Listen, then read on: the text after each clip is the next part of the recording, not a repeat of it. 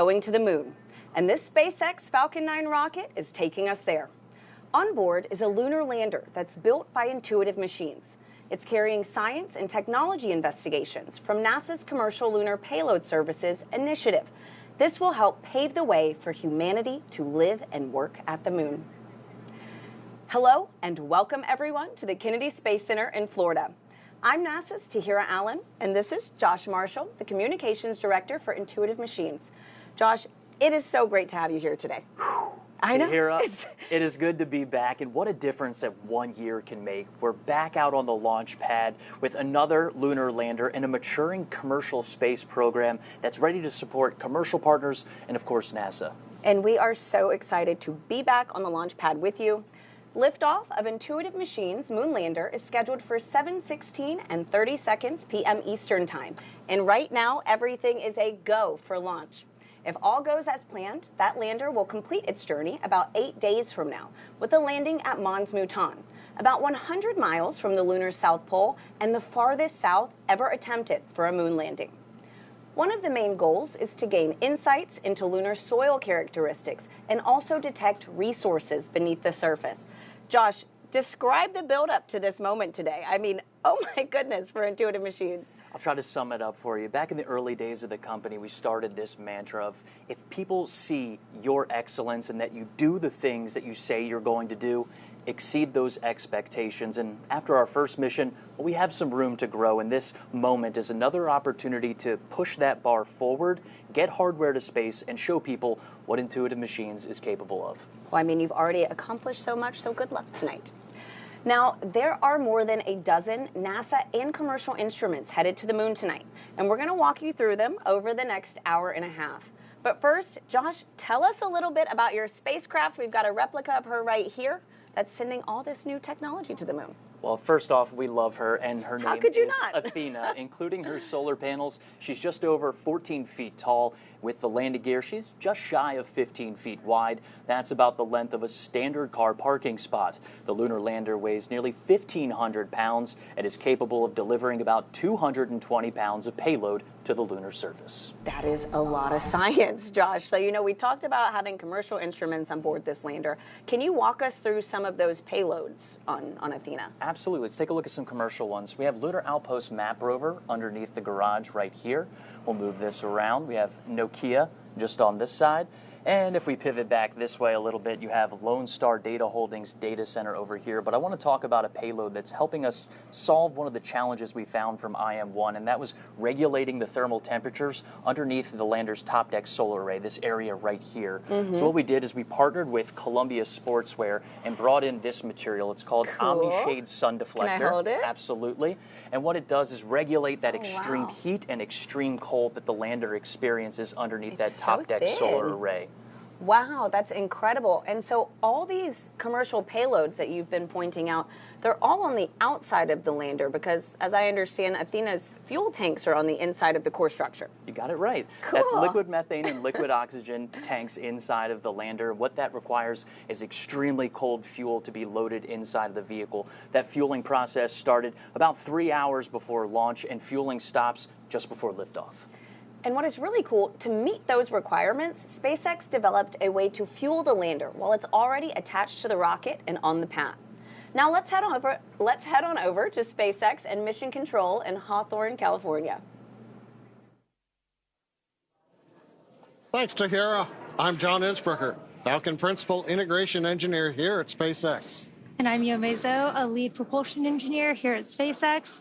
Now, IM-2 marks our 24th mission of the year after a busy 2024, where we launched a record-breaking 134 missions. SpaceX was honored to launch last year's IM-1 mission, which is the first commercial lunar lander to land on the moon, and the Blue Ghost 1 mission just last month. And we're excited to once again partner with NASA as part of the Commercial Lunar Payload Services Initiative, which you'll hear us refer to as CLIPS. Now, SpaceX was founded with the goal of making life multiplanetary, and today's mission furthers that goal by helping scientists understand more about the resources on the moon. We'll have more on SpaceX's part in building our future in space in just a few minutes. Yeah, we're currently at T-minus just under 41 minutes from liftoff, and while the countdown continues, let's take a moment to meet the Falcon 9 that will be taking IM-2 to space today. On your screen, you can see the Falcon 9 on Launch Complex 39A. Falcon 9 is a two-stage rocket, and it's the first orbital-class rocket capable of reflight.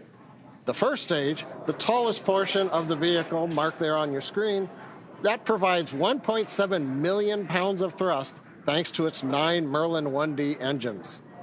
That's right, and near the top of the second stage, powered by the Merlin vacuum engine, or MVAC, while this is very similar to the Merlin 1D on the first stage, this engine has a large nozzle which allows the second stage to perform more efficiently in the vacuum of space. Now, the first stage is what gets us out of the Earth's atmosphere and into space, and the second stage is what takes the payload to its targeted drop-off orbit. Now, that large barrel structure with the pointed nose at the very top of the vehicle is the payload fairing, and it's composed of two halves made up of carbon composite material that come together to protect the payload until we're in the vacuum of space. Now, the Intuitive Machines landers need to be fueled on the pad with cryogenic methane and oxygen starting about 2.5 hours before launch. Now, ahead of the IM-1 mission last year, SpaceX teams had to modify Pad 39A and the transporter erector alongside the Falcon 9. We installed liquid oxygen and methane tanks, we put propellant lines in, and we put more of these to support the Intuitive Machine missions. Now, Athena, today's lander, went through the same late load of propellant while it was on the pad today. In fact, we have just finished wrapping up propellant loading. Now, methane isn't typically used in the Falcon program, so Falcon teams had to lean on the expertise of our Starship teams to verify the health and status of the lander and our fueling system. Yep, and speaking of Athena, the lander arrived in Florida back in January, and since then, teams have been integrating the spacecraft to Falcon 9's second stage in preparation for launch. It continues to be a smooth countdown today, and the SpaceX team will begin propellant loading at T-minus 35 minutes. Right now, we are looking good for an on-time liftoff. And in the meantime, let's check in with Tahira and Josh at Kennedy. Thank you, Yome. Now, as we mentioned at the top of the show, there are more than a dozen instruments on board Athena. And we're going to walk you through them to show you how they'll inform on how astronauts live and work on the lunar surface in the future. So let's jump right into the NASA technology demonstrations. We have the Prime 1 suite, which stands for Polar Resources Ice Mining Experiment. It consists of two instruments, the Trident drill, which you see right here, and a mass spectrometer called IM-SOLO, which you see right down here. And joining us now live to discuss these two tools is Dr. Jackie Quinn, Prime 1 Project Manager with NASA. Jackie, thanks for joining us. Oh, thanks for having me. So let's start with this instrument right here, the Trident drill. Can you walk us through how this works? So actually, this is a life-size rendition of the Trident drill. So that's the exact size that we're going to send to the lunar South Pole. Big. Yeah, it's actually was designed and built by Honeybee Robotics. It's a percussive augering drill, and it has the ability to sample down to 1 meter depth. So that's a little over 3 feet.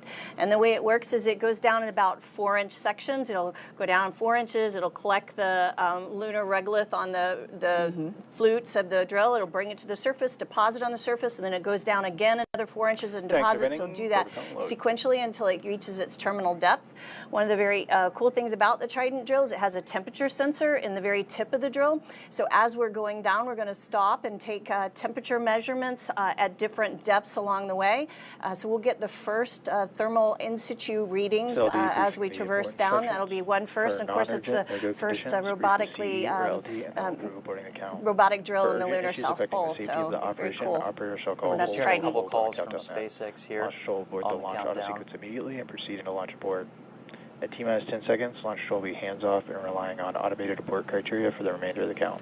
And Jackie, paired with Trident is the mass spectrometer, IM-SOLO. I love the name. It's the second part of Prime 1. How are we able to use the drill in concert with the mass spectrometer. Right. So actually, I have another life-size rendition. This is M-Solo. So M-Solo is a commercially available mass spectrometer built by Infocon, which the engineers and scientists here at the Kennedy Space Center have ruggedized for use in the harsh environment of space. So the M-Solo works in tandem with Trident. When Trident brings up the soil and deposits it on the surface, the activity of depositing it gives enough energy that the frozen gas molecules that are residing on the grains of the soil actually sublimate into the vacuum of space. And when that happens, the mass spectrometer, M-Solo, is able to analyze the molecules and tell us which specific gases we're seeing and what quantity is there.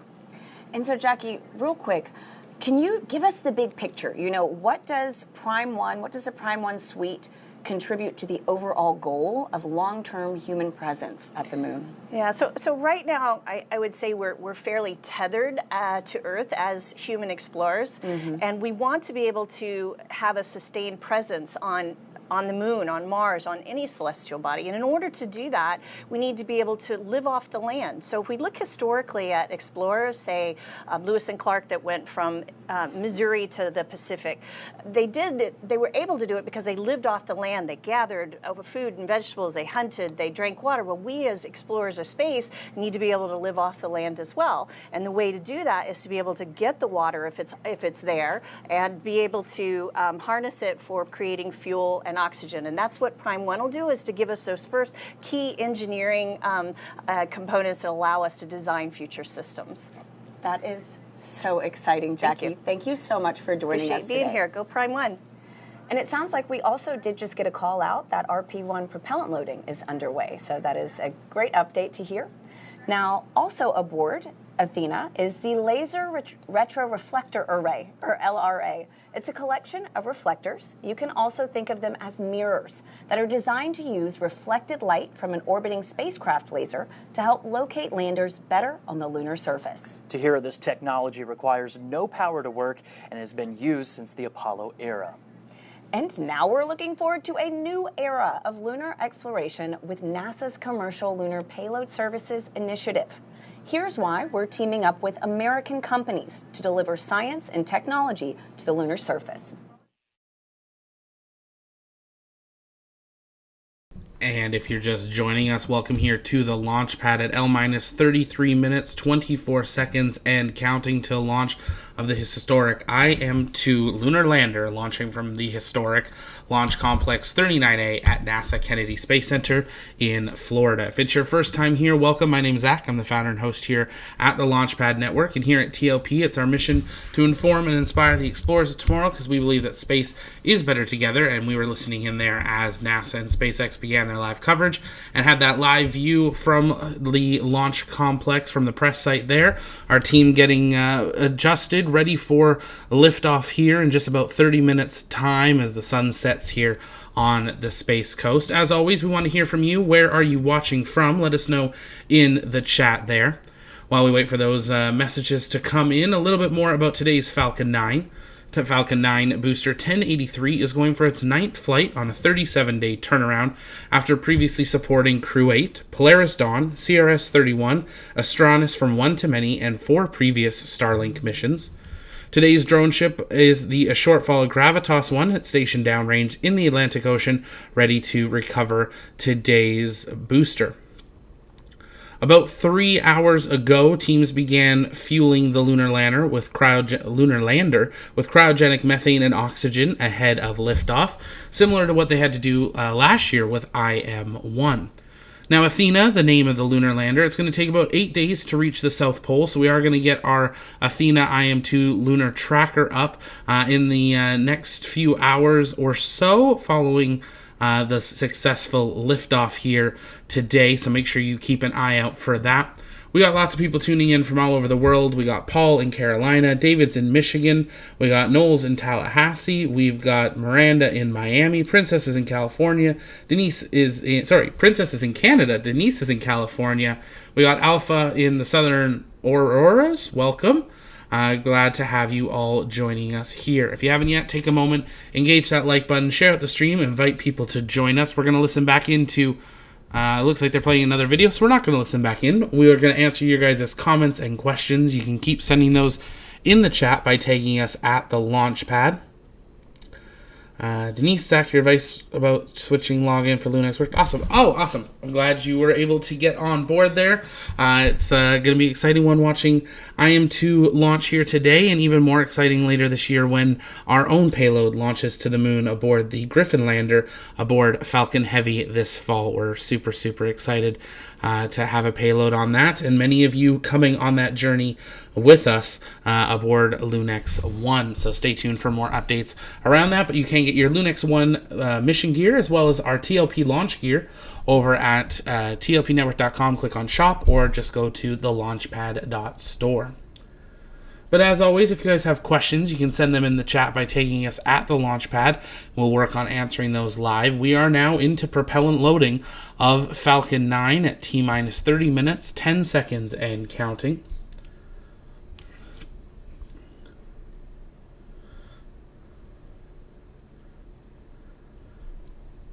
Warrior launch history shows will most likely land and tip over. Any upgrades addressing this? Yeah, they addressed a bunch of that on the upgrades for this.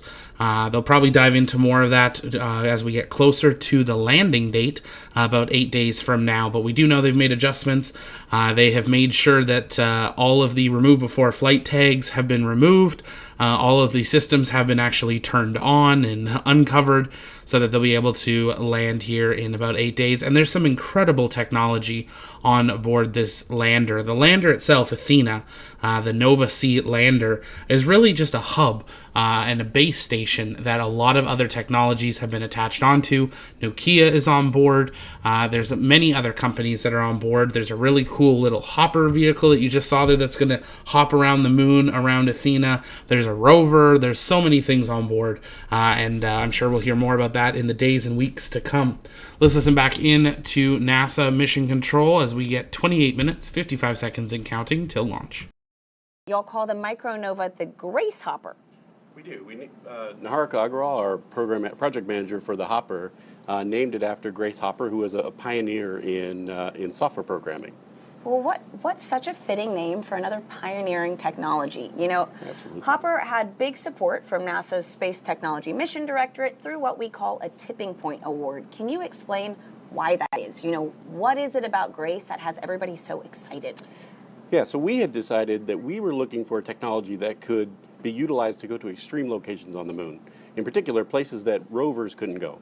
We had settled on the Hopper, and we started working on the Hopper through a partnership with NASA through the Tipping Point opportunity. We were able to fund that, fly it to the moon, and prove out this technology, prove that we can go down into pits or down into permanently shadowed regions or even into the lava tubes on the moon. Wow. And once she's in a pit or a lava tube or a crater, what payloads do you have on board conducting the science that you expect to get back there? Yeah, so this first mission, we didn't intend to have any payloads on this, but we actually have 3. So we have a camera system so we can look down, see what's underneath. Through a partnership with the German Space Agency, we added a temperature sensor, a pyrometer, onto the foot of the Hopper so that we can sense the temperature down inside of a permanently shadowed region. And then working with a company out of Hungary called Pulley Space, we put a neutron spectrometer on board so we can actually tell if there's water down inside of a PSR.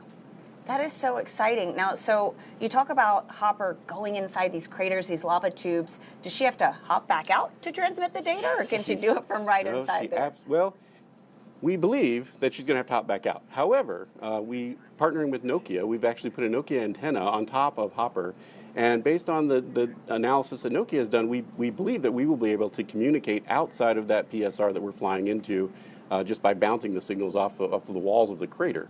But we'll find out. That's part of the experiment. How far away is that crater, and how many hops do you think it'll take to get there? So we're going to take 5 hops once we get to the surface. 1 to get us off of the lander, and then several different hops to prove that we can fly parabolically, we can fly a steady level flight, we can fly down into the PSR, and then wait a period of time and then fly back out of the PSR. We'll be 700 meters away from the lander by the time we're finished.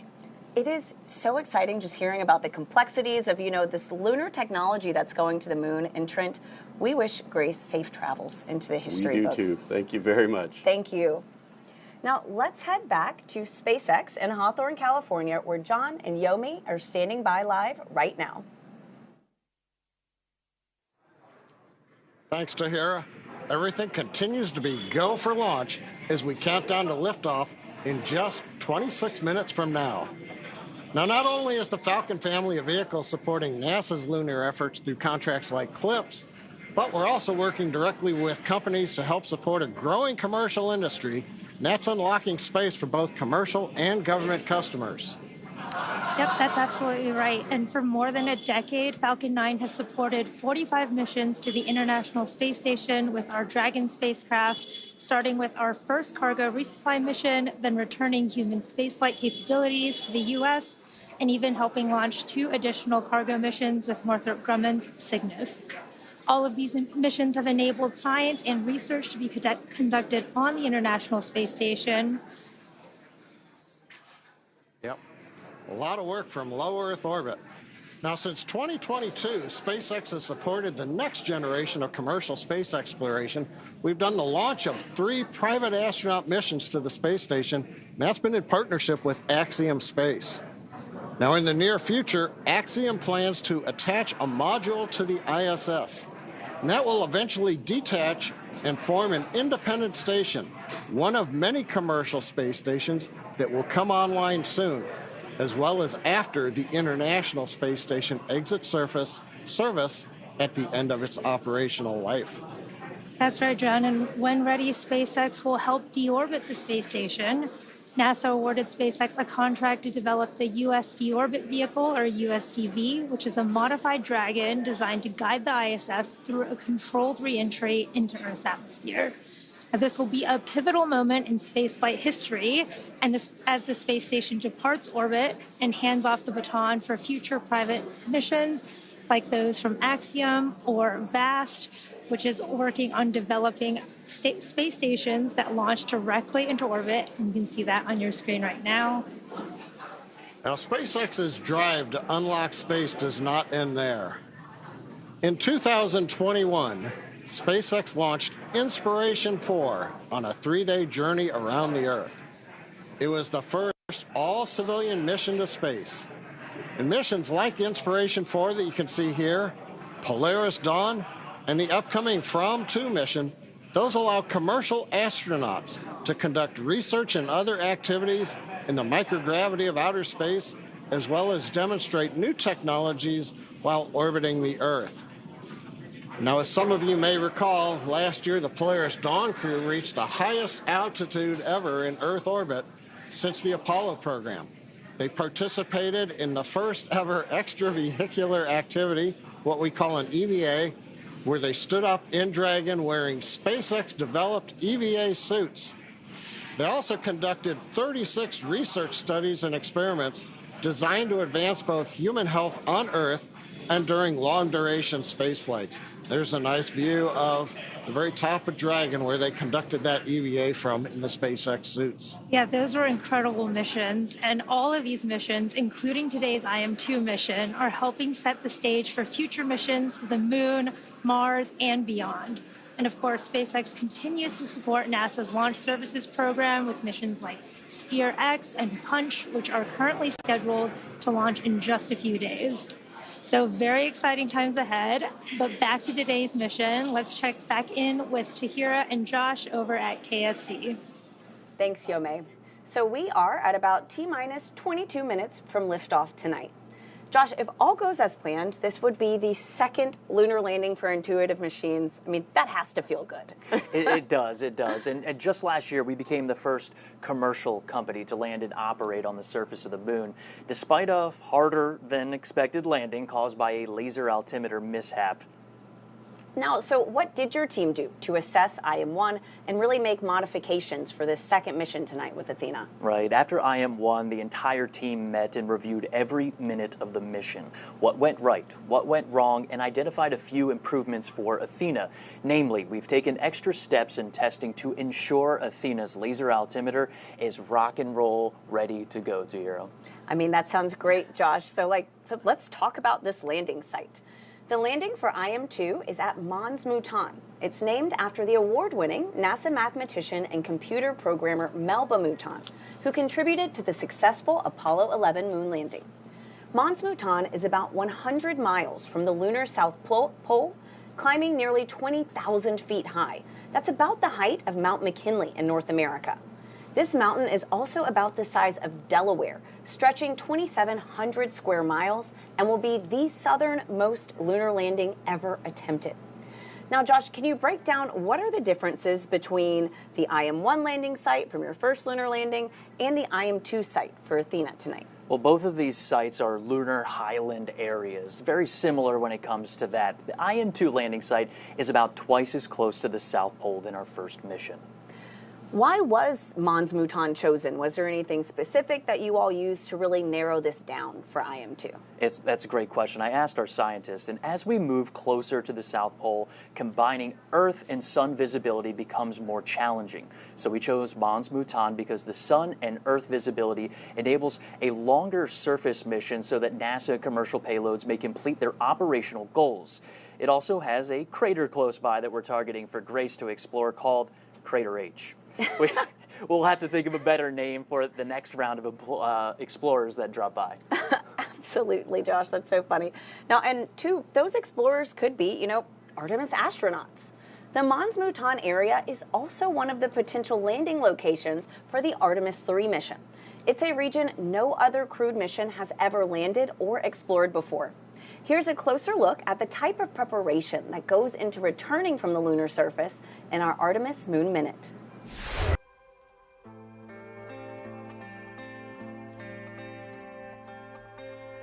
Astronaut.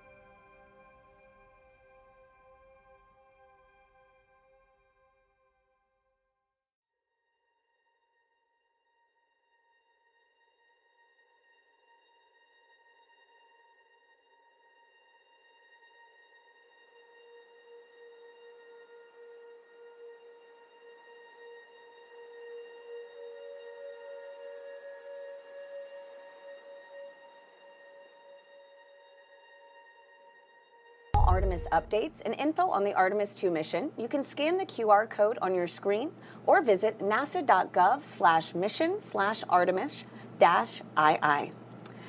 Now, for more on SpaceX's lunar efforts, let's go back to John and Yome live at SpaceX in Hawthorne, California.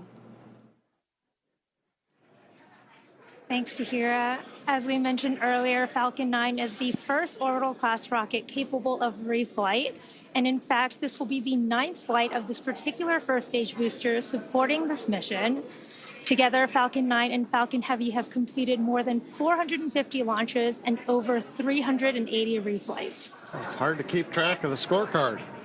And today, this booster will be attempting to land on our drone ship, a shortfall of gravitas. And this would be the 100th booster landing on that particular drone ship alone. That's pretty incredible. And rapid reusability dramatically reduces launch costs, which helps increase launch frequency and enables a wide array of new government, commercial, and scientific opportunities in space like this one. Now, lowering the cost of access to space is helping take humanity's next steps into the solar system, whether it's in LEO, GEO, interplanetary, or even deep space. Now, when the costs are lower, government and commercial customers can launch more missions, which helps accelerate development. This also helps commercial satellite and private research customers afford to launch more projects to space, and that helps stimulate innovation here on Earth. Absolutely. And missions like SpaceX's transporter and bandwagon rideshare programs help make access to space even more affordable by sharing the cost of a launch across many customers. All of this is to say reusability is that key innovation and it's making space more accessible for the industry as a whole. We just heard Stage 2 LOX load is beginning. We're right on time. But let's talk more about technology and innovation, and we'll head back to Tahira and Josh at Kennedy Space Center. Thanks, John. Many of the technology demonstrations on board Athena, like Prime 1 and the Grace Hopper that we heard about earlier, were driven by NASA's Space Technology Mission Directorate. Now, some are NASA-supported experiments that are developed by private companies. We also call these tipping point awards. These tipping point investments are valuable, stimulating the lunar economy as activity increases on and around the moon. Now, to talk about these programs, these payloads and awards, we're joined now by Mark Thornblom, Deputy Program Manager for Technical Integration of NASA's Game-Changing Development Program. Mark, welcome. We're so glad to have you joining us. Yeah, it's great to be here. It's an exciting night. Can you first explain, what is tipping point and what does it mean to NASA and our partners? Sure. So a tipping point project is a true collaboration and partnership between NASA and an industry partner. We are seeking commercially led new space technologies that show a promise for the benefit of commercial missions and for NASA. And so essentially what happens is that both NASA and the commercial partner have identified a new technology that is ready to be matured and be tested and then infused in the commercial market. So both NASA and the commercial partner, they both put in money, they put in resources, expertise, test facilities if needed, they put their plan together, they mature the technology, they test it, and so in this case, send it to the moon, prove out that technology, and then be ready to infuse it into the commercial market for a future mission that both the commercial world benefits from and NASA benefits from. And so there are two tipping points on this lander, right? And right. so we heard about one a little bit earlier, the Grace Hopper. Can you expand on how this might revolutionize, space exploration? Yeah, so the word revolutionize is really perfect for this type of mission. In the past, almost exclusively planetary exploration has been done with wheeled rovers. And that's been great. They're incredibly reliable. They do their missions well, and we've benefited greatly from them. But we've got to the point now in the science investigations, particularly on the moon, where we need to get into those more hard-to-reach places. In this case, we want to get to the bottom of a crater. We want to get into those permanently shadowed regions where we believe that resources, water, and other volatiles are there that we can go and eventually extract and use. And so a wheeled rover would be impractical to think that you could get down those steep slopes, over those cliff edges, down into those extreme temperatures, and then back up, right? So the fact that you have a hopper that can come up, over, set down nicely, do the science it needs to do, and then safely get out of there really changes the game on where we can go and do science on planetary bodies. And it's not just applicable to the moon, it has reaches out towards Mars and beyond. All right, Mark, I'll throw you a curveball. Sure. Can you tell us more about another one of these tipping point initiatives with Nokia that hopes to deploy the first cellular wireless network on the moon? This is the one that seems to just light people up when you talk about it. It's so familiar. Nokia has done such a fantastic job of taking their terrestrial telecom 4G networks that connect billions of people and devices every single day, and they're packaging it for space, and they're going to use it on future Artemis missions and future human sustained presence on the moon and Mars and beyond. And so to get a 4G network and to get that high-speed data, voice and datacom, and have your kind of local intranet connecting all your devices up there really is an important part of meeting communication requirements for a human mission. So this demonstration is going to teach them a lot about what they need to do to collect that data. The environment is obviously very different. You're in a vacuum environment. The temperatures are different. The regolith's going to play. So the way the network responds will be a little bit different on the moon than here. So they need to collect that data so that they can go back and optimize their systems and be ready to deploy on a human mission. Yeah, I think revolutionize was the right word for these two payloads. This is incredible. Awesome, Mark. Josh, so how is this integrated onto the Athena spacecraft then? Well, Nokia's network in a box is mounted high up on one of Athena's closeout panels, and she has two antennas on top of Athena, and it connects both of those lunar mobility vehicles that we're talking about exploring the moon's surface. All right, well, thanks, Josh, and thank you so much, Mark. Absolutely, thank you for having me. Thanks for joining us. Now, when things get busier on and around the moon and Mars, astronauts and robots are going to need a way to stay in touch with each other. Here's a deeper look at how the Nokia tipping point will provide a communications network to help prepare us for that future.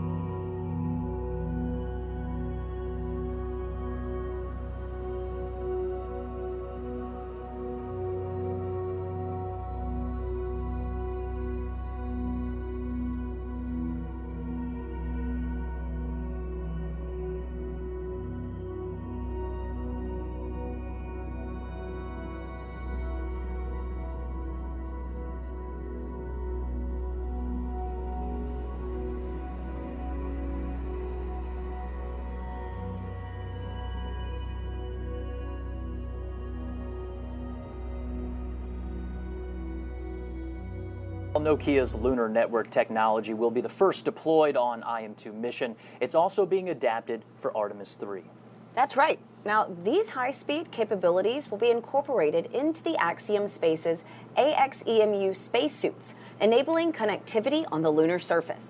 You can think of this as our explorer's own cell phone network, but on the moon. Together, efforts like CLIPS and tipping points are helping advance humanity's reach into our solar system and shape our country's approach to exploration through commercial partnerships. Tonight, Intuitive Machines' lunar lander is taking NASA's science and technology demonstrations to the moon under the Commercial Payload Services Initiative, or CLIPS as we like to call it in the business, right? Exactly, Josh. And under CLIPS, NASA asked commercial companies like Intuitive Machines to provide lunar delivery services that advance capabilities for science, exploration, and the commercial development of the moon. Tahira, it's through CLIPS. NASA selected Intuitive Machines to deliver its Prime 1 drill suite and laser retroreflector array to the moon. However, Intuitive Machines added commercial payloads like the Diamond Yaoki rover, Pulley Space Water Snooper, and others to make commercial lunar ambitions a reality. And it's by collaborating with NASA and leveraging CLIPS as a springboard, we've developed services for delivery, data transmission, and infrastructure that commercially develop the moon. Not just for us or NASA, but for all. Absolutely, and it is an exciting time, Josh. So tonight is also the third CLIPS delivery that is launched on a SpaceX Falcon 9 rocket. Let's send it back to John and Yome at SpaceX in Hawthorne, California, as they walk us through the final moments of the countdown. We will see you after launch. Now, as we mentioned at the top of the program, Falcon 9 is enabling these launches of the moon, including the Hakuto R mission, IM-1 a year ago, Blue Ghost, and Resilience, and of course tonight's IM-2 mission. Now, beyond the primary payloads, ride shares like the 3 additional payloads you can see, well, you can't see here, it's below the lander, but those ride shares will be helping to build the lunar economy. All these missions are something that Yome is going to talk about. And these are Yeah. going in flight. Thanks, John. Yeah, all of these missions are developing our future in space and helping to support sustained human and robotic activity, including scientific research, resource extraction, and infrastructure development. Now, you should be able to see here some of today's rideshare payloads on the stack there just below the Athena lander. Now, NASA's Lunar Trailblazer is also hitching a ride today, and we'll learn more about that later in the webcast, as well as Astroforge. They're an asteroid mining company flying its Odin spacecraft, which is headed towards the near-Earth asteroid 2022 OB5. Gotta love some of those asteroid names. And finally, Epic Aerospace's Chimera Orbital Transfer Vehicle, which is what is known as a space tug, a vehicle that works in space to help payloads move to their desired altitudes. And we'll learn more about these in just a bit. Yeah, these systems are paving the way for our sustained presence both in space and on the moon as we deliver landers, crew, satellites, and rovers in the next few years, building up the moon's equivalent of low Earth orbit, which is known as lower lunar orbit, which will act as the staging point for future missions, supporting lunar communications and providing platforms for science and research. And in the near future, reusability will extend all the way to the moon, with reusable landers flying their first missions. Frequent, low-cost launches from the moon will eventually allow for lunar exports, like metals and helium-3, which can help support future deep space mission to Mars and beyond. We're coming up at T-minus 5 minutes. Let's turn our attention to Falcon 9, the spacecraft. The good news is all systems are currently a go for on-time liftoff. Pressing for starboard retract. We just heard the call out. The tanks are pressurizing. We're stiffening the Falcon 9 up in preparation for strong back retract. The strong back is the structure you see on your screen right behind the Falcon 9. You're looking right now at the payload fairing, inside of which Athena, the lunar lander, and the 3 rideshares are located. We also have had the transition to internal power for the spacecraft. That happened several minutes ago. Also, we heard some of the call-outs. Strong back retract is running. Their strong back retract begin to run. We have finished loading fuel on the first stage. We are loading liquid oxygen on the second stage, so we are on time, not working significant issues. What we're waiting to see right now is the 2 clamp arms from the strong back begin to open up. I think we can just start to see it now. It takes about 16 seconds to retract. Following that, we will then begin to recline the strong back away from the Falcon 9. Yep, and you can see those clamp arms are opening as we speak. The vehicle is nearly fully loaded with propellants and will complete at the T-minus 2 minute mark. The range is also green and ready to support today's launch. And if for any reason we do not launch today, we do have a backup opportunity tomorrow at 7:11 p.m. Eastern Time. At this point in the countdown, both the first and second stages are nearly fully loaded with 1 million pounds of kerosene fuel and liquid oxygen. Falcon 9 uses 2 propellants. One's a refined form of kerosene called RP1, or Rocket Propellant 1, and we also use LOX, or liquid oxygen, as our oxidizer. Now, fire generally needs 3 elements to ignite: heat, fuel, and an oxidizing agent, in this case oxygen. That's the fire triangle. In our case, the liquid oxygen is chilled well below its boiling point. That makes it denser, and that means basically we can load more of it into the rocket. Yep, and the third part of that fire triangle is a chemical known as TTEB, or triethyl aluminum and triethyl borane, which we use as an ignition. Stage 1 LOX load complete. There's that call out for stage 1 LOX load complete. And the combustion of RP1 and LOX is what makes the rocket go, and it's that TTEB mixture that sets the match to the propellant mix. Now, in addition to finishing LOX loading on the second stage in about 30 seconds, we'll have another major event at T-minus 60 seconds, and that's Falcon 9 computers going in startup. The autonomous first and second stage internal flight computers will take over the countdown. Inside of T-minus 2 seconds, we'll light the Merlin 1D engines for liftoff. And right now, though, coming up on T-minus 2 minutes, the Intuitive Machines payload continues to be healthy, and the Falcon 9 team is tracking no issues on the rocket.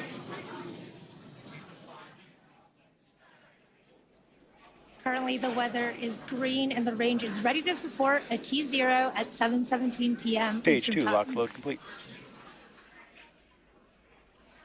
Okay, we've heard the call out just inside T-minus 2 minutes. Locks load on second stage complete. You can probably also hear the background enthusiasm. Everybody is getting ready for a launch to the moon. Next major event coming up right now. Ground gas closeout. Ground gas closeout. That means that strong back alongside the Falcon 9. We're draining any propellant from the ground lines. We're venting gas overboard. That'll also create what's typically a large white plume that comes off of the strong back. The cold gaseous oxygen we're venting off of the strong back mixes with that warm Florida air, and you get a large white cloud, and you can see it streaming away. Waiting for the call out for startup of the flight. Falcon 9 is in startup. You see and hear it. We're in startup. Everything looks good. We're going to get the LD go for launch. And with that, let's pause for a minute and listen to that go. LD, go for launch. Right on time. Always love to hear that call out.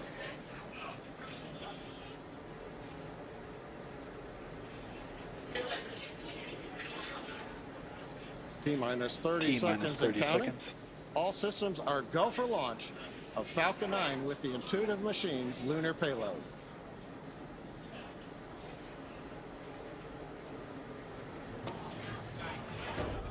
T-minus 15. T-minus 10, 9, 8, 7, 6, 5, 4, 3, 2, 1. Ignition and liftoff. Go Falcon, go Intuitive Machine.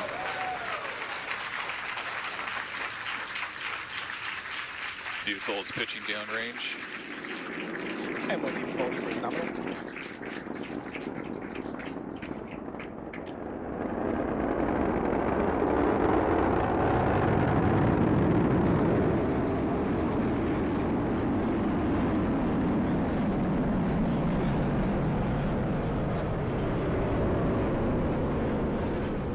Falcon 9 carrying IM-2's lunar lander Athena has successfully lifted off at pad 39A. We're heading to the moon.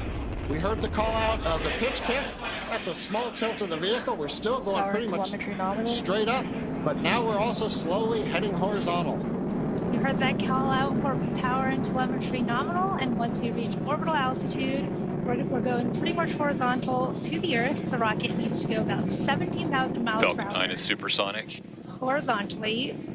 We heard that call out. We are supersonic, and in just a few moments, we will pass through max Q, or maximum aerodynamic pressure, on the booster. Max Q.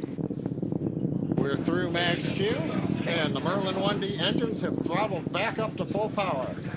Next call out we ought to hear is MVAC chill. Falcon 9 data is continuing to look good as the first stage heads out over the Atlantic Ocean.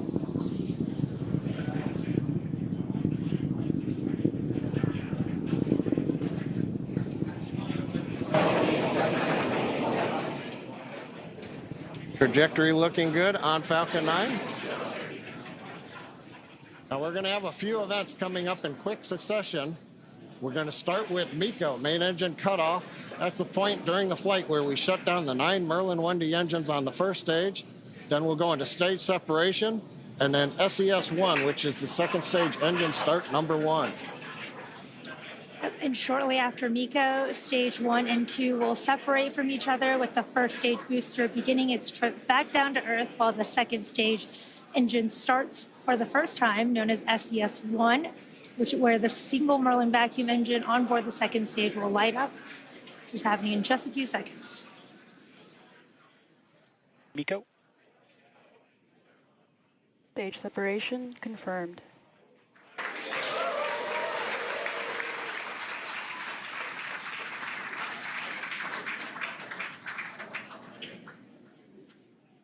And vac ignition. Call-outs of 3 good events. You heard it, and you should have seen it there on the webcast. MECO Stage 7, SES-1. Now, the first stage is not powered. It's shut down. Great views coming from the second stage cameras as we have just had sunset a little while ago at Kennedy Space Center. The first stage is now coasting to apogee. That's the view on the left side. We're slowly turning using cold gas thrusters. We're turning to orient the engines into the direction of flight. Also, you may have been able to make out in a little bit of the light, the titanium grid fin deployment is underway. We're using pneumatic gas pressure. Confirmed. And here comes fairing separation. And a beautiful view. Looking at Athena and the ride shares on top of the second stage stack. So we had good fairing Vehicles are on a separation. nominal trajectory. Trajectory's nominal. First stage is looking good as it coasts to apogee. Second stage under power. Yome, everything continuing to look good right now on the mission. Yeah, we are at just over T plus 4 minutes into today's mission. IM-2 is SpaceX's 24th launch this year, and we are currently in the first of 2 planned MVAC burns. Around the T plus 6 minute mark, you should see on your screen the first stage's entry burn. It's currently making its way back down to Earth. And for that entry burn, we will relight 3 of the M1D engines on the first stage, starting with the center engine, followed shortly by the engines next to it, which will slow down the vehicle as it passes back into the Earth's atmosphere. Now we need to slow down the first stage to reduce re-entry forces, which will help us recover and reuse that first stage. And you can follow along on your screen to the telemetry on the bottom left and right of your screen for the stage 1 and stage 2 speeds and altitudes. You may have noticed on the left side of your screen, first stage altitude has begun dropping. We have reached apogee, and now we are under the pull of gravity, headed back down to the Atlantic Ocean. Now, to slow us down, we'll use that entry burn. And that means we're firing 3 Merlin engines to decelerate the Falcon 9, but we'll still be moving very rapidly. And that's going to cause the vehicle to fly through the Merlin exhaust gases. That's also known as the rocket's plume. And this will deposit a layer of soot on the vehicle surface, one of the signatures of a flown booster. Now, that soot comes from the carbon-based fuel that Falcon 9 uses. Now, it took us almost 2 minutes since separation to get up to apogee. It's going to take the rocket just as long to bring the first stage back down to the edge of the atmosphere for the entry burn coming up in just about 20 seconds or so.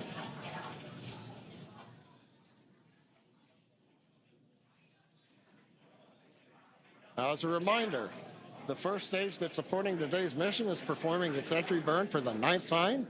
Falcon 9 is the world's first orbital reusable rocket. This is important because it's that reusability that allows SpaceX to refly the most expensive parts of the rocket, and that in turn drives down the cost of space access. Stage 1 entry burn startup. Stage 1 FTS is saved. There's that call out for entry burn startup, and this will be about a 30-second burn, slowing that first stage down as it re-enters the Earth's atmosphere.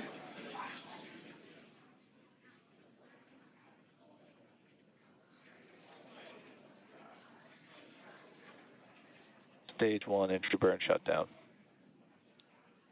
There you can see the end of that entry burn on the first stage. And on your right, you can see the second stage still in the first of 2 planned burns, carrying the Intuitive Machines 2 payload to the moon. Now, coming up next, we will shut down our MVAC engine on the second stage, followed quickly by the landing burn on our first stage. And the second engine cutoff of this first burn will be in just about 30 seconds at the T plus 7 minutes and 46 second mark. Stage 2 is in terminal guidance. You can see on your bottom right the speed of the second stage accelerating as we are in that burn. Stage 1 transonic. Stage 2 STS is saved.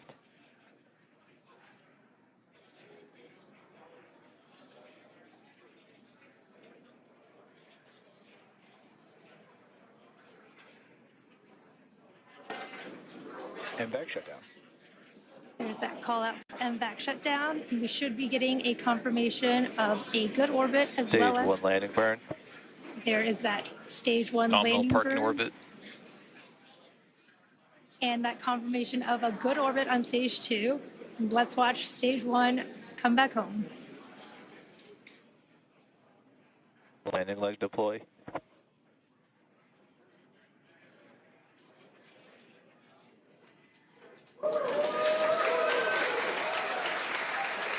Stage 1 landing confirmed. Awesome views of that first stage landing. There you have it. That was the 413th recovery of an orbital class rocket, including first stage landings for Falcon 9 and Heavy. Oh, first stage is back on the drone ship. Beautiful mission. Second stage is in the parking orbit in our low Earth orbit. Now the mission does continue in space with stage 2. Coming up next, we have the second burn of our MVAC engine.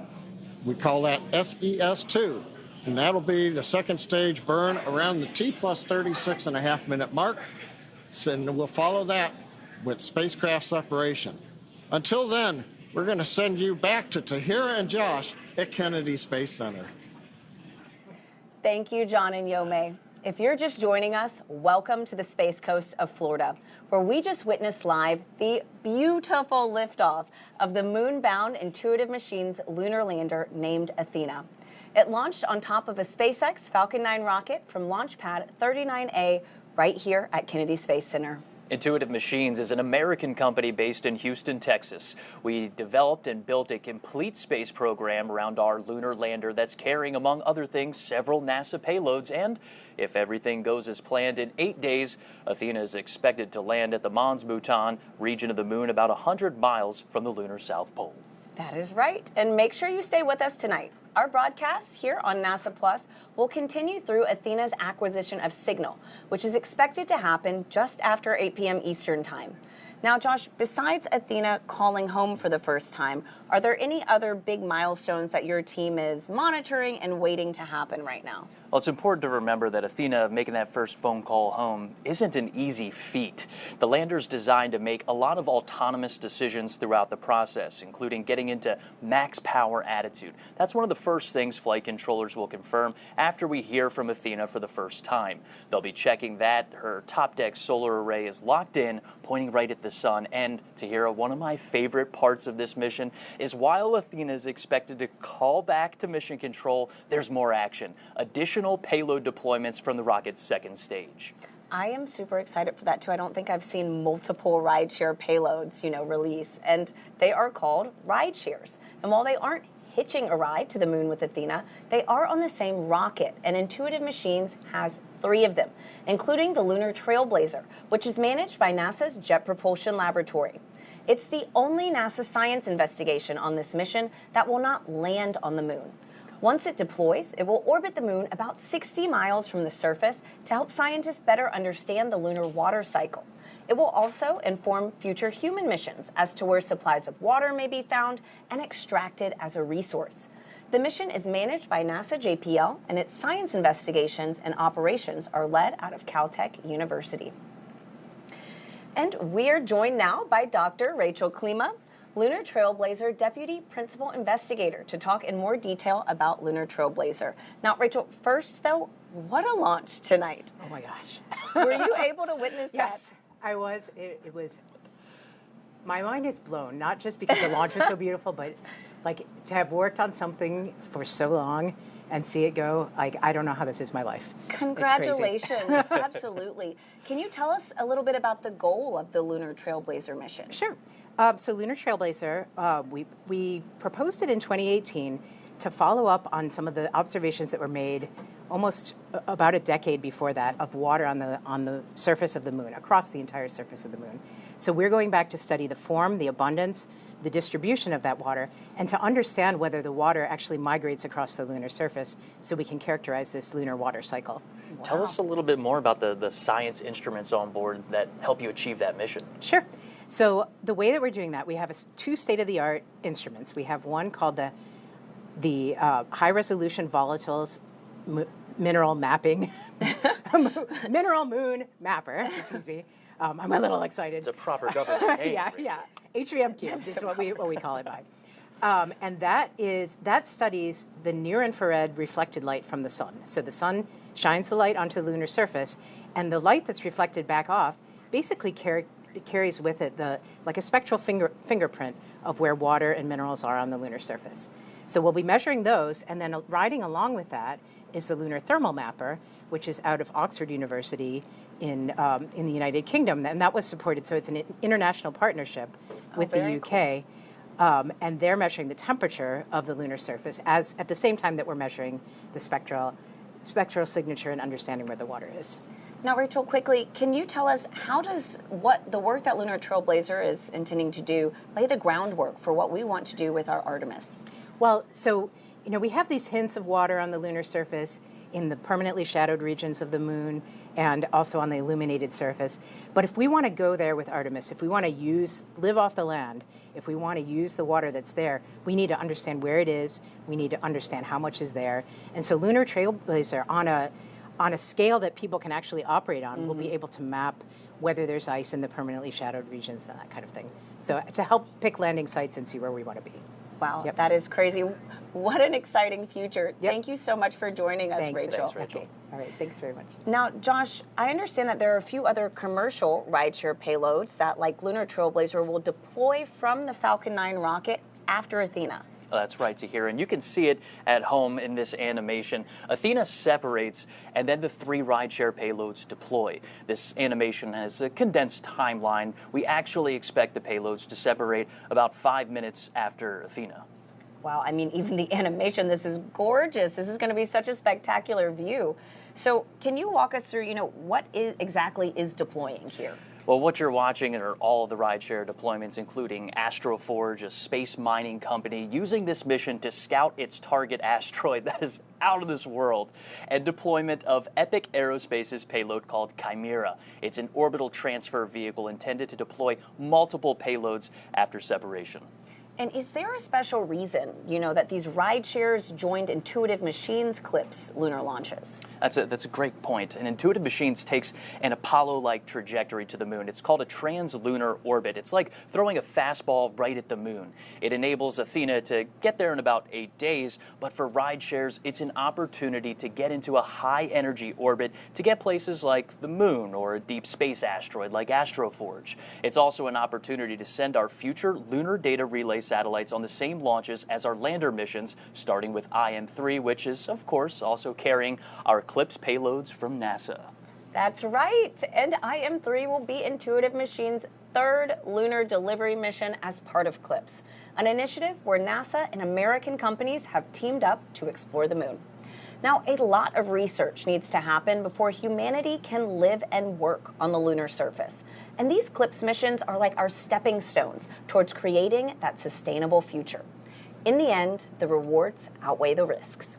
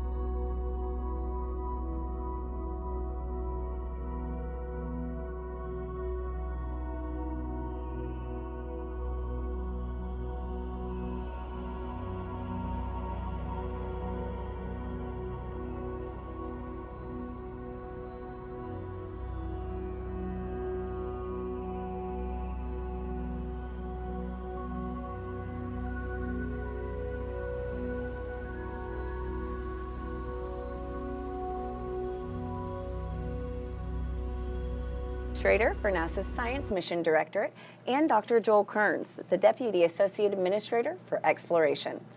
Now, Nikki, Joel, what a launch tonight. Wasn't it beautiful? I know. Does it ever get old? No. Never. Absolutely not. Never. Oh. Never. No. Particularly when NASA science is going to the moon on it. I know, right? It's more than just a launch. Like, think about, again, the future. So to talk a little bit about the future, Nikki, I know you're very passionate about how science can enable exploration. Yes. So can you talk to us about how the investigations and science going up tonight are really going to enable humanity having this long-term presence at the moon?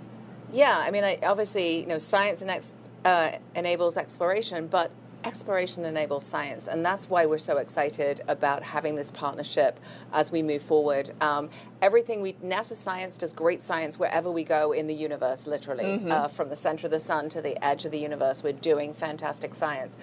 But the really cool thing is when what we're doing is really enabling humanity to take next steps. And so as we return to the moon, we're not just returning to the moon for a short trip, we're returning to stay, and then the moon lights our way to Mars. And so all of the experiments that we have that we're putting on clips are just there to enable us to do the next great things for humanity. And so, Joel, as part of CLIPS, it is really to team up with American companies to help advance the capabilities of the commercial development of the moon. Can you explain how this CLIPS initiative and these flights are really advancing what we want to do with Artemis? Well, every one of these CLIPS flights, like the IM-2 mission, is advancing both science and technology that we will need to move humans out further into the solar system, but also answer really long-term scientific questions we've had for decades since Apollo. And we're doing this a very different way than we did Apollo. Yeah. In Apollo, it was a national effort that was really done by NASA with major industry at the time. Here we're partnering with our international partners, but also, as you said, with commercial firms in the U.S.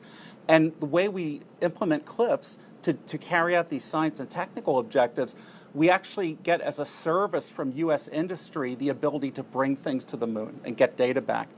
This not only allows us to do this faster and less expensively, but it builds a capability in industry to take things to the moon, not just for NASA, but for all of our Artemis Accord signatories and all our allies and friends around the world.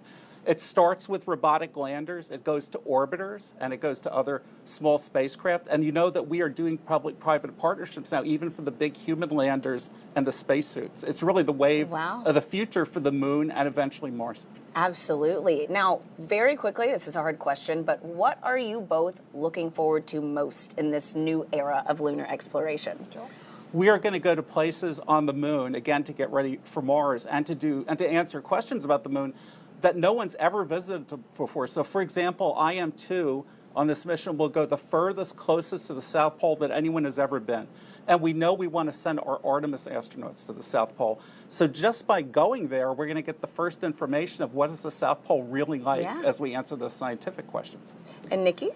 All of our NASA science missions are super interconnected. So the exciting thing for me tonight is not only Intuitive Machines going to land, but Lunar Trailblazer, coordinated science, both of them looking for volatiles, really fantastic. NASA science doing amazing things all through our universe, from the just everywhere we go, incredible science. So just really excited to continue to inspire the world and lead the nation in science exploration. Absolutely. Thank you both so much for joining us. Thank you. As part of CLIPS, Intuitive Machines is continuing to add commercial lunar services.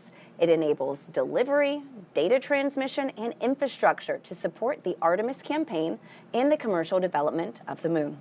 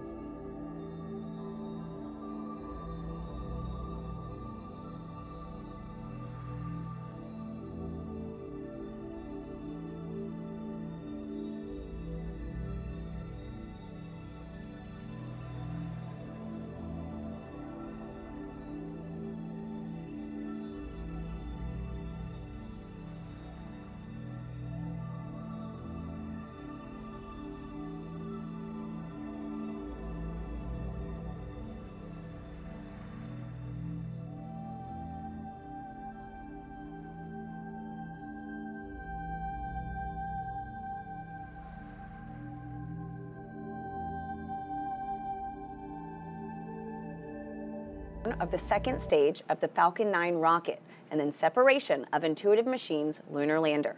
We're expecting that to happen about 8 minutes from now, so we'll see you then.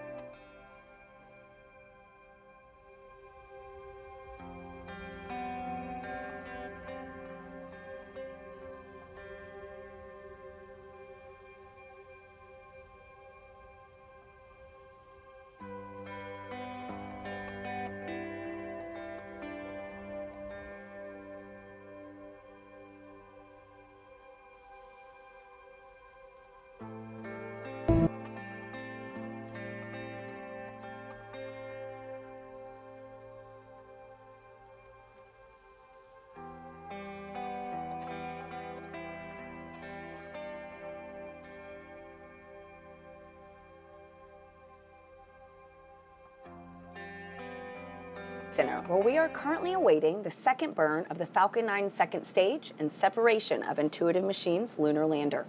This comes after a successful liftoff of the Falcon 9 rocket with the Intuitive Machines lunar lander named Athena at 7:16 and 30 seconds Eastern Time tonight. And in approximately 8 days, Intuitive Machines expects Athena to deliver her cargo to the Mons Bhutan region of the moon, the southernmost lunar landing attempt in American history. But first, Tahira, the lander has to separate from the launch vehicle's second stage. And for that, let's go back live to SpaceX in Hawthorne, California, where John Innsbrucker and Yomei Zhu are standing by as we await that second burn and then spacecraft separation. John, Yomei? Thanks, Tahira. We are a couple minutes away from our second and last relight of our MVAC engine. That'll happen at T plus 36 minutes and 25 seconds. And the second burn will last just over 60 seconds, and you can watch the velocity increase on the display on your screen. Right there, we saw a little bit of solid oxygen drifting off. We're actually purging everything. We're getting the engine ready to relight, chilling it in. At the same time, we've been using little cold gas thrusters to just kind of push all the propellant down to the bottom of the tank, so it's right over the inlets of the turbo pump. So we're ready to pull it in when we start to spin the engine for burn number 2. Well, and that's called settling, right? And we use nitrogen Yep. to perform those maneuvers.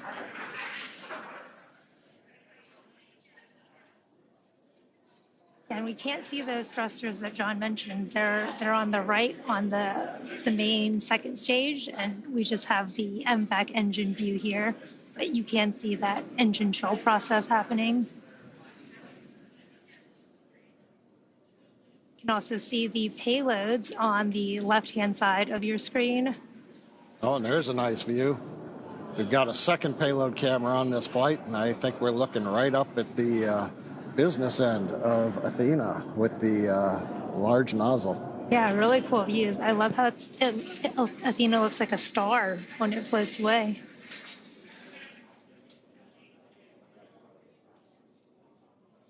Again, we are coming up on that second engine startup 2 in just a few seconds here. Again, this will be about a 60-second burn.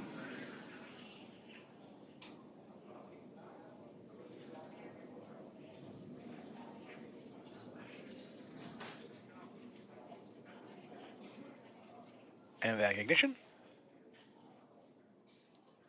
That's the call out for MVAC ignition.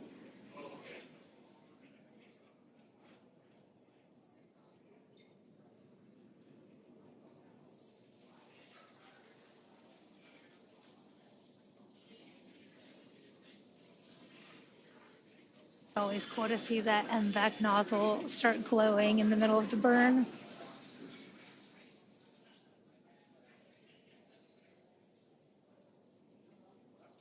We are about 30 seconds into our 60-second planned burn on the second stage, carrying Athena and the rideshare payloads to the moon.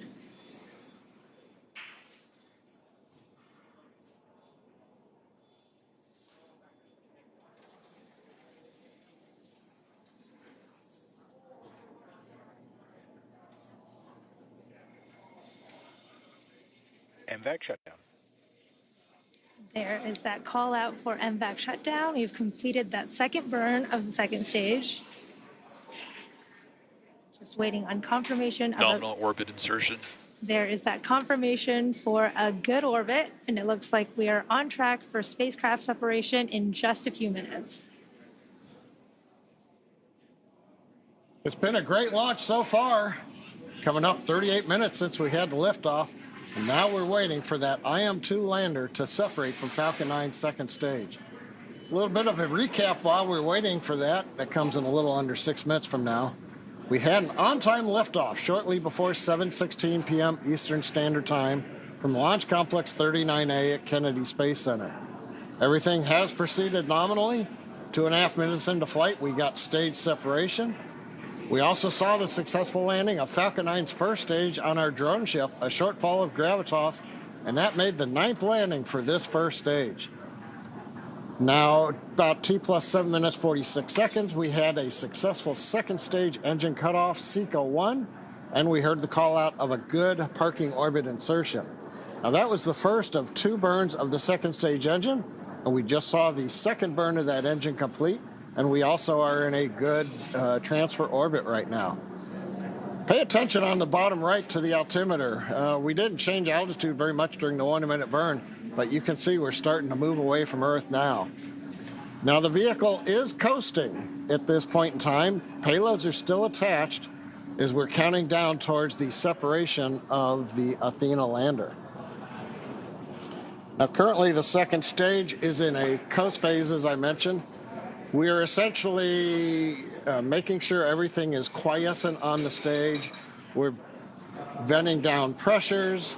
We're making sure that overboard vents are done so that nothing, for example, burps during flight. We want Athena, when we send the separation command from the flight computer, to just be moved away with the power of the springs and not have any jostling if, say, the second stage inadvertently vented something at that time. So we're making sure everything is quiet on the second stage.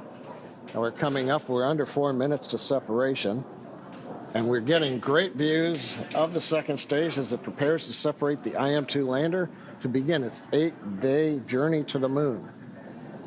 And of course, given the way spacecraft want to be oriented to the sun, for example, to make sure when they separate, they get power onto solar cells. If you're wondering why we have a camera pointed right at the sun, well, that's a requirement of the customer to make sure that the spacecraft gets nice and warm, gets a lot of power, everything looks good. Now, we talked about the 8-day journey to the moon. The Athena lander is carrying science and technology investigations from CLIPS that will help pave the way for humans to live and work at the moon. And today's mission is the second CLIPS mission for Intuitive Machines. Now, we're waiting right now, separation coming up a little under 3 minutes.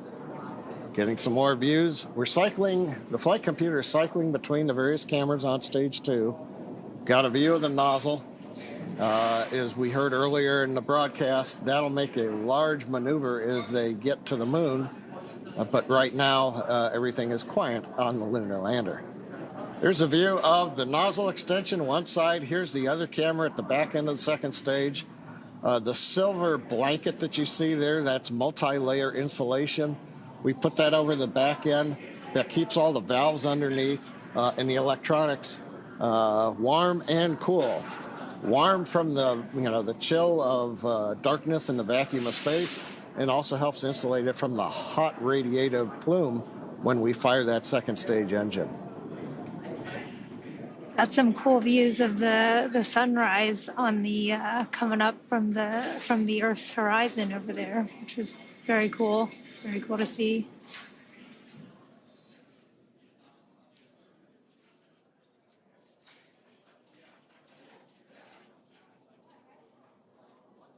"42 minutes, everything continues to be nominal on the second stage.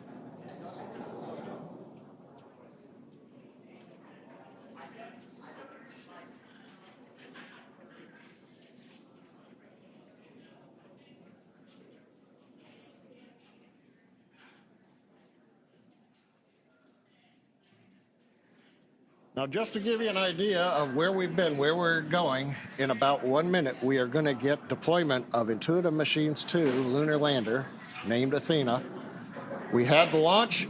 We got into orbit with the first burn of the engine you see there on the screen. We just finished the second burn about 5 minutes ago, and we are in a coast phase on stage 2, making sure everything on the stage is quiet, do final vents, and then make sure that the stage is very stable, it's not moving around. And then we'll see deployment. It'll be interesting. I'm not sure which camera views we're going to get at deployment. Now, once we do the deployment, we then start another sequence that takes about 3 minutes and 50 seconds, and then we will get to the rideshare deployments.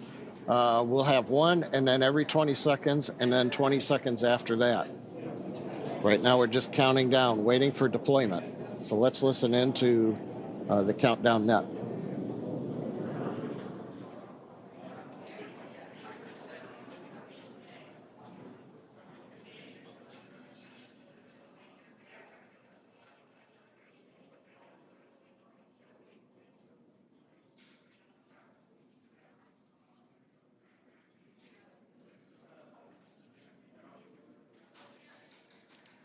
there is that deployment. You can see IM-2 Nova C lunar lander named Athena floating away from Falcon 9's second stage, confirming spacecraft separation.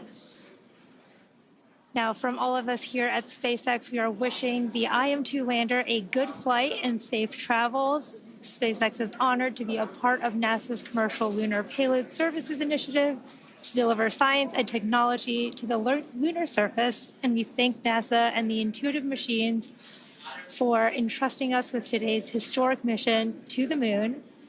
Now, while we wait for the next development, let's bring in Tahira and Josh back at KSC. Yo, mate, that was absolutely gorgeous. What an excellent throw from SpaceX to Tahira. What do you think of that shot? It is unreal, literally. It's so gorgeous. Right now, we're going to continue to listen in simultaneously. We have Intuitive Machines Nova Control in Houston, Texas. That's going to be waiting for acquisition of signal. That's Athena's first call home, while also monitoring SpaceX. FM, can you call out when we should have booted? And then if we get close to Confeder, give us a call. All right, that's Intuitive Machines Mission Control Athena confirming separation confirmed. Athena separation confirmed. And Tahira, while we stand by and keep running this clock for about 5 minutes after launch vehicle separation, that's when we expect Athena to make that first call home. At the same time, John, I, and Yomei in Hawthorne, California will be calling out those ride-share deployments. And Com and Raven, let's tell on screen. Scuba to stand by, and let's focus on Singapore and T-Naught. Yep, on screen you're looking at Intuitive Machines Nova Control on the left, and you're looking at the second stage views on the right with SpaceX, Tahira. Just gorgeous views. Look at that Earth. That's us. Absolutely incredible. A lot of things are happening right now. It's a very dynamic situation where Athena's preparing to make that first call home. We're counting out the time that since Athena has separated, and that's because at launch vehicle separation, Athena starts a countdown to when she can power says on. 1 minute 47 is the earliest time for transmit. We are at 1 minute 55. All right. Copy. 1 minute 55. Tahira, let's go ahead and pause and listen into the loops here as we listen to Intuitive Machines Mission Control. Keep active comm. Give us anything you got from the ground station. As well as SpaceX and Hawthorne waiting for those rideshare deployments. Let's just listen in here. AD permission back to T-Max for a second. Here we go.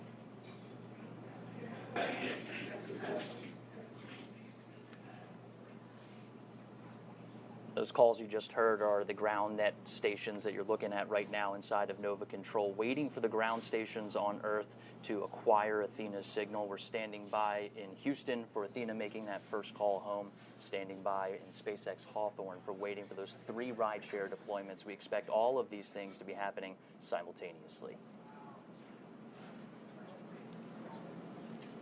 And Josh, right now from Hawthorne, we should be about 30 seconds away from starting that sequence of rideshare deploy. First up should be Astroforge's Odin. 20 seconds after that, Lunar Trailblazer. And then 20 seconds after that, Epic's Chimera.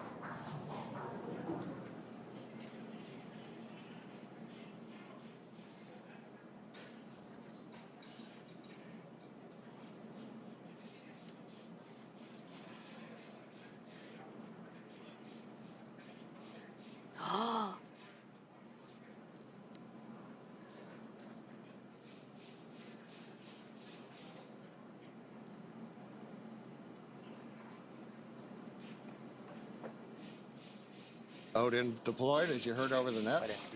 Status, Odin's away. Lunar Trailblazer, separation confirmed. Lunar Trailblazer away.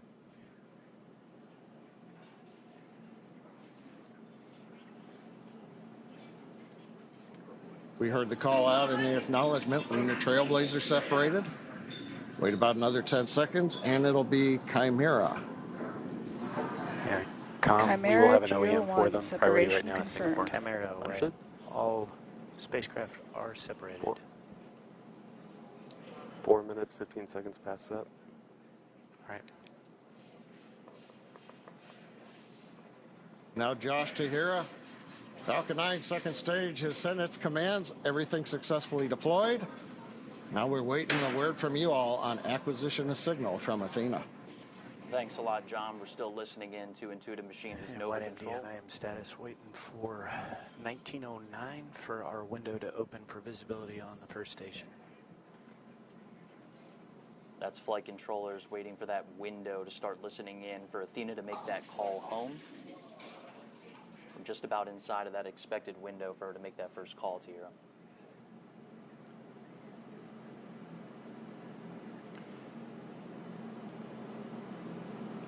We expect Athena. We're still standing by for connection with TNOC, is that correct? That's good feedback. I'm getting. Should I enable randomization? Yeah, we're getting some information. We're waiting for visibility at our first ground station to hear. Those are the large radio astronomy dishes on Earth that are needed to make that connection to Athena out in space. What she's doing right now is autonomously commissioning. That's a process where she's turning on her power systems, getting into max power attitude. That's pointing that top deck solar array right at the sun, making sure we're getting good power coming through.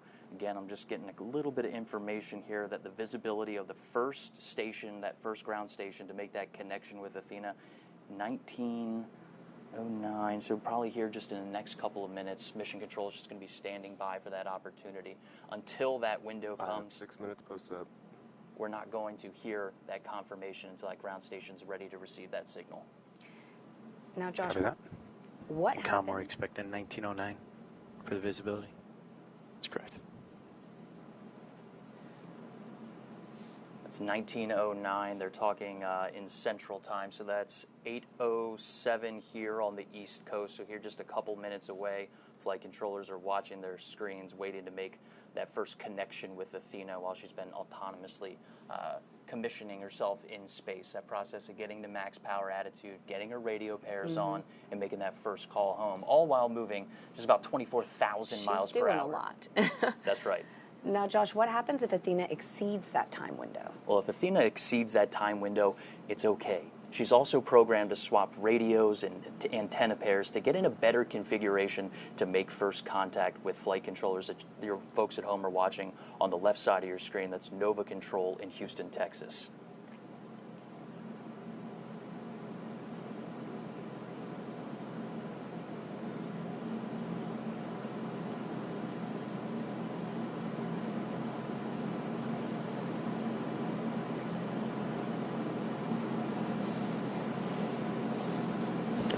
Seven minutes, 25 seconds past up. Copy that. That's 7 minutes and 25 seconds since we watched We are Athena halfway separate. to trip and fitter. I understand. We should be getting a call shortly from TNOC to connect. All right, that's a good call from our activity director. That's John Graves, waiting for our ground station to connect to Athena as we continue to watch video from the second stage. That's SpaceX on the right and Intuitive Machines on the left. We'll see, what time do we have here? About 8:08 p.m. Eastern Standard. We're standing by for the ground stations on Earth to receive the signal that we expect. Athena is ready and already making that call back through that autonomous commissioning process. Tahira, you touched on what happens if we don't make this connection. It's going to be all right. It's okay. Okay, good.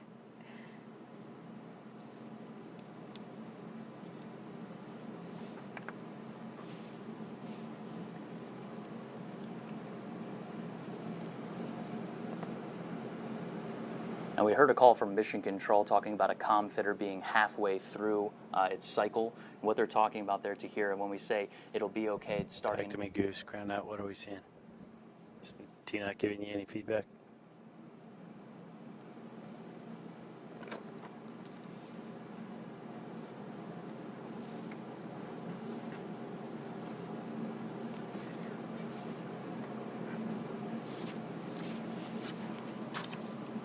Calm while they're working that. When is visibility open for Okinawa?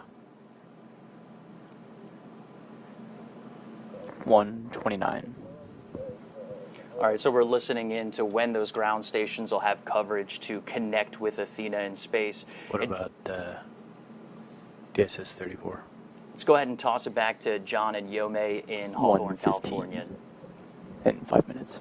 We are 9 minutes, 30 seconds past up. Copy that. And FM Oh, comes down thanks, 15 Josh. minutes and it just swaps towers. Now we're hearing comms in the background right now. Yes. Now, for those of you following along, you'll know that this mission marks our 24th launch of the year. And we're gearing up for the Sphere X and Punch mission, launching from Vandenberg Space Force Base very soon. And in the coming weeks, NASA's Crew 10 mission to the International Space Station. You can always follow along at SpaceX.com launches for up-to-date missions and schedules. And before we sign off here at SpaceX, let's go back to Tahira and Josh at Kennedy. Thanks a lot, John and Yomei. Super Dave. So if you think we can do that and get at least a Farm B up there, that would be great. All right, Tahir, we have exceeded our nominal acquisition of signal timing estimate, and flight controllers are starting that new set of procedures that will continue over the next several minutes. They're working to confirm our communications configuration is correct, that the flown trajectory we receive from SpaceX matches those expectations, and that our ground station dish is using the right trajectory. That's been a lot of the timing and things that we've heard in chatter right there in mission control. All right, and we are watching flight controllers in Nova Control right now, working to confirm where Nova sees separated from the launch vehicle, and then matching that data to the ground station's dish that's currently working to acquire the lander's signal. Now, the team's expected to continue this process for several minutes until Athena's autonomous procedures start a new process. We've heard them call out a couple times of how much time is left until ComFitter, and that is part of that new process to communicate back to Earth. This includes cycling Athena's power systems, switching radios, and swapping antennas to sets that had not been used yet. All at the same time, we're working with SpaceX to confirm a good launch vehicle separation. That means a good translunar orbit. We mentioned that at the top of the show. How long would it take us to configure the DSN data connection? Go ahead and turn it on. It should be on now. Okay, ground net. And that's our ground net trying to work the ground stations that are on Earth to make that connection with Athena. But right now, we know that Athena... Just passing 12 minutes in SEP. We have 4.5 minutes before ComFitter trips. Copy. Thanks, FM. We know that...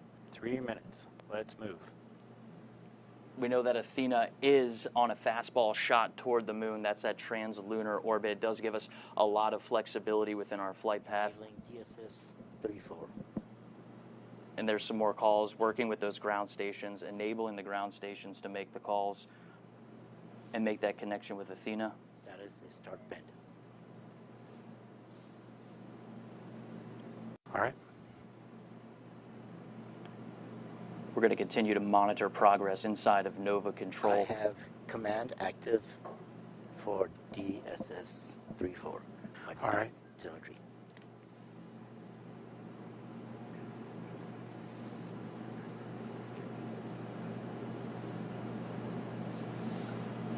Setting command off.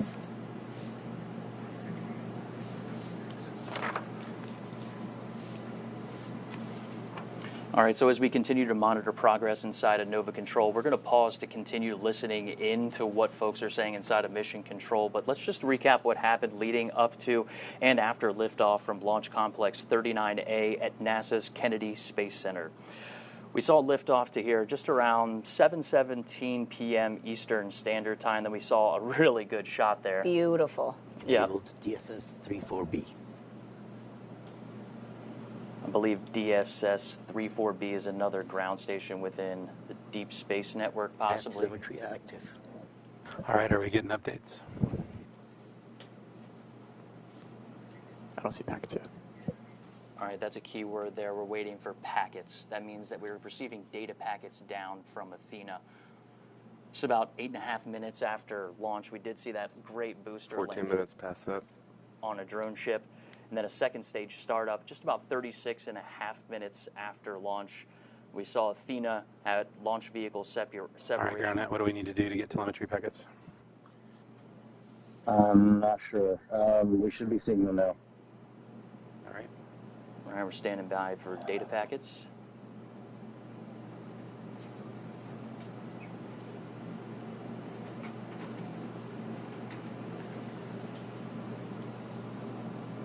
Everyone glued to their screens here. We had launch vehicle separation with Athena just shy of 43 minutes after launch.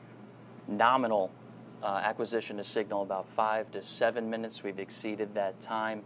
We touched on that autonomous process of what Athena is doing, but right now it's more of a manual process inside of mission control as those flight controllers are working to configure the ground stations that are required to make that call. It's possible that Athena is powered on. All right, so while TNOC is working, looking for anything we can shake on the DSN side to get packets. And so, Josh, we've mentioned a few different ground stations tonight. If they get this signal from any of them, does that work? Yeah, it sounds like they're switching over ground stations as we're listening in. I'm not familiar with which one and where they're working those, but they're working to get that signal from Athena, and that's coming from our ground net. And you can see folks working inside of mission control trying to solve this problem inside of our circular design control room, allowing folks to kind of wheel around and get the information that they need.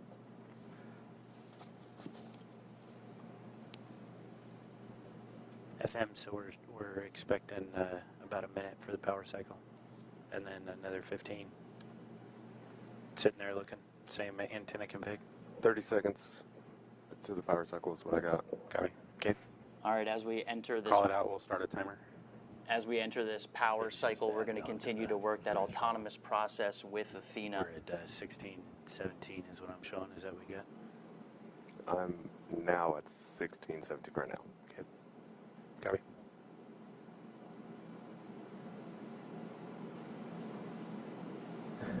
Granite, give us calls on the main loop. You are the most important person in the room. Everything you're doing is critical. Call it on the loop, everything you see. All right, as we hit this repowering process, it's going to start several long terms where Background net, everything goes on the main loop. it'll give Athena some time to configure her systems if that's what's required, but it's also going to be some time gaps. Do we have control in the room? It's also going to be some time gaps in between when we can configure these ground stations. Raven. Yep. It's going to start opening up longer periods of when we're waiting for autonomous processes as well as data control to make sure they're seeing packets flow to us. They have carrier lock, sub-carrier lock, symbol lock, but no telemetry. But they have no telemetry. Copy. All right, that's a good sign. We're hearing carrier lock. That's one of the steps that we heard on our first lunar mission.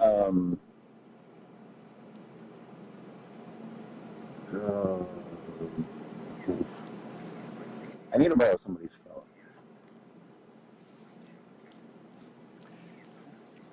Showing packets. All right, we're showing packets. All right. Oh my goodness. Everybody wake up. Got to keep you on your toes, all right? We're going to start Athena here, and that is a great call. That is an active situation where we're switching ground stations in order to make contact with Athena. Kept us on our toes. I feel a little flushed in the face, but getting those data packets and getting that confirmation from Mission Control, best news I heard all night. I didn't think anything was going to top watching that launch, Tahira. So, Josh, can we breathe easy now? Orange Groundnet, can I? We can. It sounds like we have our packets and we're working those challenges, but the important thing is we'll be providing those updates on our page as well as on our X account. As they continue to work this challenge. But what an action-packed moment, 3 rideshare deployments, take a look at what you got. and Athena's first call home to let us know she's ready for her lunar journey. And we continue to know that this is a journey filled with challenges, and successfully acquiring Athena's signal and getting those packets and maybe having some more challenges, we know that those are the steps toward getting the ultimate milestone, landing and operating on the lunar surface, Tahira. I mean, again, like you said, what an action-packed moment. So glad to get that call out. Now, Josh, can you tell us what is next for Athena? You know, can you give us any details on lunar landing? Well, with today's launch, we expect Athena to land about 8 days from now on March 6th. After vehicle checkouts tonight, we hope to send Athena's selfies with Earth in the background and capture new images along her journey. Over the first 5 days en route to the moon, she'll perform multiple small engine firings to hone in her trajectory toward the moon before committing to lunar orbit insertion. That's about an 11-minute burn to slow the lander down to get captured into lunar orbit. We expect to send another batch of lunar selfies back to Earth during Athena's few days. That's right. And finally, on March 6th, somewhere around lunchtime Eastern, we expect Athena to make a landing attempt and, if all goes to plan, spend about 10 days conducting lunar surface operations. Well, best of luck, Josh. That's going to wrap up NASA, Intuitive Machines, and SpaceX coverage of the launch of Intuitive Machines moonlander Athena on a SpaceX Falcon 9 rocket from Pad 39A here at Kennedy Space Center.